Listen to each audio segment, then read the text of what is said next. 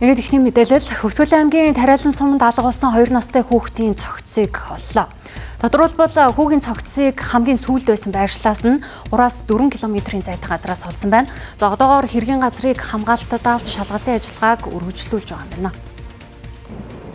За яг зөвхөн тухайн орчны нөхцөл байдлын хувьд бол бас модтой тал ийм госолсон ийм газар орны нөхцөл байна. Зүгээр яг одоогоор яг хүүгийн зогцсонд дэлгаачин зогцсонд ямар нөхцөл байдал үүссэн гэмтэл жарах гэдэг ч юм уу те бусдын харагдах байдлаар нөхцөл байдал дээр яг үзлэг шалгалт хийгдэд явж байгаа учраас бас дараагийн мөрдөн чалга ажиллагааны явцад замун шинжирчийн дүгнэлт гарах тэр байлгантаа уялдуул бас мэдээлэл өгөхөд болно.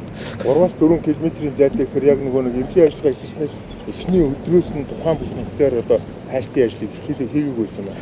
За одоогоор яг зөвөр эрен хайх ажиллагаа яг ямар төвшөнд ямар маршрут чиглэлээр явсныг бол бас одоогоор яг энд хэлэгдвэл миний хувьд мэдээлэл байна. Магадгүй эрен хайх ажиллагааг бас тодорхой байгууллагын чиглэл бүхий аль багш нар ахлаад ингэ ажилласан тохиолдол бол байгаа.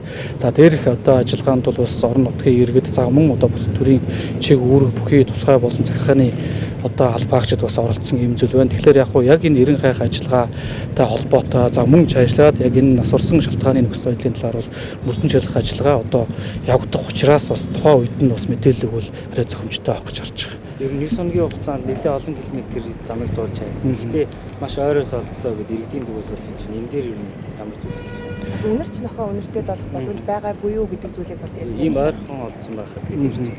Тэгэхээр өнөөдрийн төвшөнд бол 2-3 км орчим гэж ярьж байгаа. Тэгэхээр яг зөв мөрдөн чалгах ажиллагааны явцад тухайн нөхцөл байдлаар яг ерөн сурвалжлах ажиллагаа хийгдсэн үү?